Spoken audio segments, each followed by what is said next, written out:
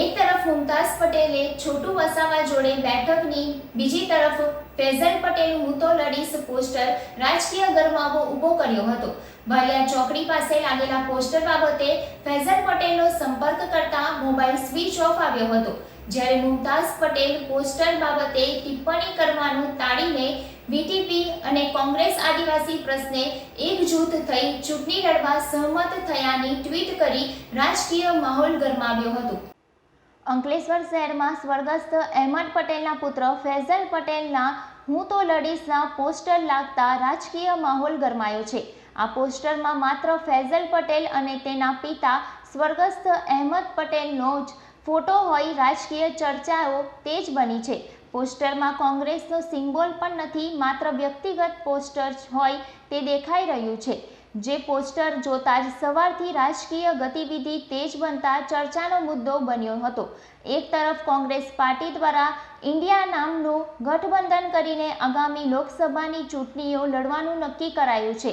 ત્યારે થોડા દિવસ પહેલા જ દિલ્હીના આમ આદમી પાર્ટીના મુખ્યમંત્રી અરવિંદ કેજરીવાલે નેત્રંગ જાહેર સભામાં ભરૂચ લોકસભા બેઠકના આપના ઉમેદવાર તરીકે ડેડિયાપાડા ધારાસભ્ય ચેતર વસાવાનું નામ જાહેર કરતા કોંગ્રેસ પાર્ટી સહિતના લોકોમાં નારાજગી સાથે ચર્ચાનો વિષય બન્યો હતો. આ વચ્ચે અંકલેશ્વરમાં સ્વર્ગસ્થ અહેમદ પટેલના પુત્રના પોસ્ટર લાગ્યા છે. સ્વર્ગસ્થ અહેમદ પટેલના પુત્રી મુમતાઝ પટેલે આદિવાસી નેતા છોટુ વસાવા સાથે ફરી મુલાકાત કરી હતી. છોટુ વસાવાએ ખુલીને સમર્થન કરવાની બાહેંધરી આપતા મુમતાઝ પટેલે છોટુ વસાવા સાથેની તસવીરો સોશિયલ મીડિયા પર શેર કરીને ટ્વીટ કર્યું હતું. મોહમ્મદ અહેમદ પટેલના પુત્ર અને પુત્રી એક જ દિવસમાં ટ્વીટ અને પોસ્ટરથી ચર્ચાનો વિષય બન્યા હતા. પોસ્ટર અંગે ફૈઝલ પટેલનો સંપર્ક કરવાનો પ્રયત્ન કરતા તેઓ ફોન સ્વિચ ઓફ આવી રહ્યો હતો. તો આ મુદ્દે મુમતાઝ પટેલને સંપર્ક કરતા તેઓ છોટુ વસાવાને મળી બીટીપી અને કોંગ્રેસ પાર્ટી સાથે રહી ચૂંટણી લડશે અને આદિવાસીના હકના મુદ્દા ઉઠાવી બીજેપી સામે લડશે તેમ જણાવ્યું હતું.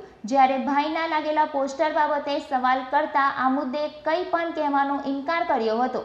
આ મુદ્દે કોંગ્રેસ અગ્રણી સંદીપ માંગરોલાએ જણાવ્યું હતું કે આ રાજ્યમાં ભાજપના 30 અને કેન્દ્રના 10 વર્ષમાં નિષ્ફળ ગયેલા સરકાર સામે લડવાની વાત છે. ચૂંટણી લડવાની વાત નથી, અર્થનો અનર્થ કરાઈ રહ્યો છે. રાજ્યની અને કેન્દ્રની સરકાર છેલ્લા 30 વર્ષથી રાજ્યમાં અને 10 વર્ષથી કેન્દ્રમાં રાજ કરે છે. તમામ વાયદાઓ પછી પણ સરકાર સંપૂર્ણપણે નિષ્ફળ નીવડી છે. આજે પ્રજા ભૂખમરો, બેકારી, મોંઘવારીના ખપ્પર નીચે ધકેલાઈ રહી છે. આજે કાયદો અને વ્યવસ્થાની સ્થિતિ કથળેલી છે અને જ્યાં જુઓ ત્યાં ભાજપનો ભ્રષ્ટાચાર તમને જોવા મળે છે. એના માટે કોંગ્રેસના દિગ્ગજ નેતા અને અમારા રાહુલ ગાંધીજીએ માત્ર કોંગ્રેસના કાર્યકરોને જ નહીં પણ સમગ્ર પ્રજાને આહવાન કરેલું છે કે મક્કમ નિર્ધાર સાથે લડો. અને એટલા જ માટે એમણે ન્યાય યાત્રા થકી આખા દેશનો પ્રવાસ ખેડવાનું પણ શરૂ કરી દીધું છે. અને જે જબરજસ્ત પ્રતિસાદ એમને મળી રહેલો છે એનાથી ભારતીય જનતા પાર્ટી પણ બોખલાઈ ગયેલી છે. ગઈકાલે જ આસામની અંદર એમના વિરુદ્ધ ગુનો પણ દાખલ કરવામાં આવ્યો છે. પણ આ યાત્રા રોકાવાની નથી અને કોંગ્રેસનો કાર્યકર જ નહીં પણ આમ જનતા પણ સડક ઉપર આ સરકાર સામે લડવા નીકળે એના માટે રાહુલજીએ આહવાન કરેલું છે. એનો એક આ ભાગ છે. બેનર પર રાહુલ ગાંધી સહિત કોઈ પણ કોંગ્રેસના નેતાનો તસવીર નથી. કોઈ પણ લગાવી શકે છે, એમાં કોઈ જરૂર નથી. આમ જનતા કોંગ્રેસના કાર્યકર સિવાય એ પણ હું તો લડીશ સરકાર સામે લડવાનું છે, મોંઘવારી સામે લડવાનું છે, બેરોજગારી સામે લડવાનું છે, અન્યાય સામે લડવાનું છે, શિક્ષણ અને આરોગ્ય માટે લડવાનું છે.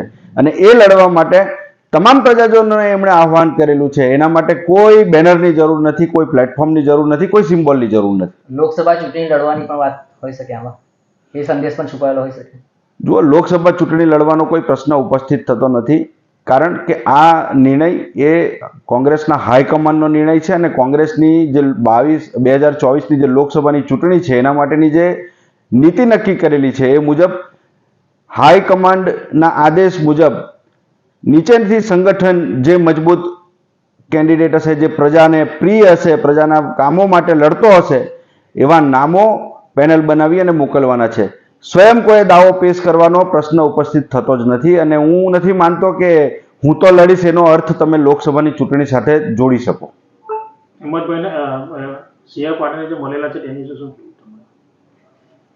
ભાઈ, જાહેર જીવનમાં કોઈ વ્યક્તિ કોઈને પણ મળી શકે, એમાં કોઈ બાદ નથી. લોકશાહીની અંદર દરેકને પોતાનો અવાજ રજૂ કરવાનો અધિકાર છે, મળવાનો અધિકાર છે, વાણીની સ્વતંત્રતા છે, અને મળે એમાં ખોટું પણ શું છે?